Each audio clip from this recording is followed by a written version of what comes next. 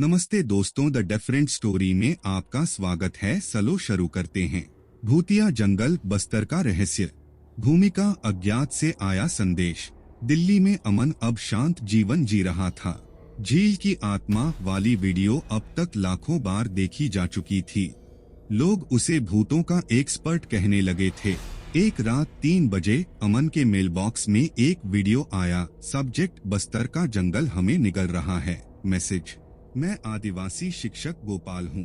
हमारे गांव के पास एक जंगल है, टांगर घाटी। वहाँ रात को किसी लड़की की हंसी गूंजती है, पेड़ खुद ब खुद हिलते हैं और लोग गायब हो रहे हैं। कृपया मदद कीजिए। भाग 2, बस्तर की यात्रा। अमन ने बिना देरी किए प्रिया और राजीव से संपर्क किया। प्रिया बोली, हम फिर किसी मौत से खेलने जा रहे हैं। राजीव मुस्कराया, इस बार कैमरे और बंदूक दोनों साथ ले चलते हैं। तीनों रायपुर पहुँचे और वहाँ से एक जीप लेकर बस्तर के टांगर घाटी गांव पहुँचे। गांव पूरी तरह शांत था, अजीब तरह की शांति, जैसे कुछ देखने वाला है छुपकर। भाग 3, जंगल की चेतावनी। गांव के मुखिया बुजुर्ग लखमा ने उन्हें बताया, इस जंगल में 70 साल पहले एक तांत्रिक लड़की को जिंदा जला दिया गया था। वो माइभकला नाम से जानी जाती थी। वो बोली थी, जो भी मेरी आत्मा को जगाएगा वह खुद अपनी मौत बुलाएगा। राजीव ने पूछा, उसकी कब्र कहाँ है? लखमा ने डरते हुए बताया, कोई नहीं जानता, लेकिन उसकी हंसी वहीं सुनाई देती है जहाँ सियार बोलते हैं और पेड़ से खून टपकता है। भाग 4, पहली रात का आतंक। तीनों ने रात को कैमरा सेट किया और जंगल की ओर बढ़े। रात 2:45 पर कैमरे में रिकॉर्ड हुआ। पेड़ हिलते हैं बिना हवा के, एक औरत की हंसी आती है, बच्चे की जैसी, और फिर कैमरा खुद ब खुद टूट जाता है। राजीव को अचानक एक धक्का लगता है। वह कहता है, किसी ने मुझे पीछे से मारा, लेकिन वहाँ कोई नहीं था। भाग 5, रहस्य की जड़। दूसरे दिन गांव के एक पुराने खंडहर में एक किताब मिली, शापित वन की विद्या।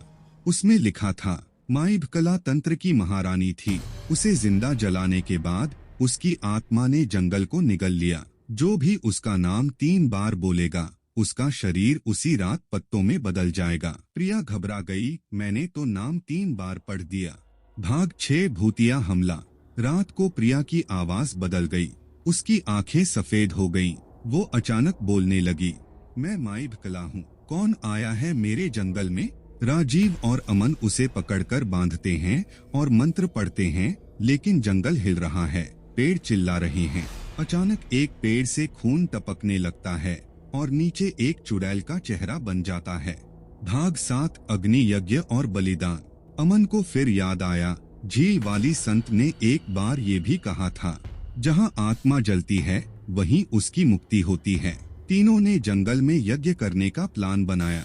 उन्होंने जंगल के बीचों बीच एक यज्ञ शुरू किया। मंत्र, हड्डियां, आग और राख। तभी प्रिया हवा में उड़ने लगती है। उसके शरीर से एक काली छाया निकलती है, माइभकला की आत्मा। भाग 8, आत्मा का समापन। अमन ने आखिरी बार मंत्र पढ़ा, अग्निवर्णाय आत्मोद्धारणाय स्वाहा।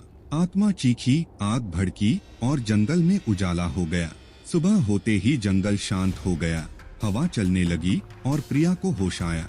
भाग 9, फिर एक संदेश। वीडियो के अंत में अमन ने कहा, अगर कभी आपको लगे कि आपके आसपास कुछ असामान्य है, उसे नजरअंदाज मत कीजिए। शायद कोई आत्मा आपको आवाज दे रही हो।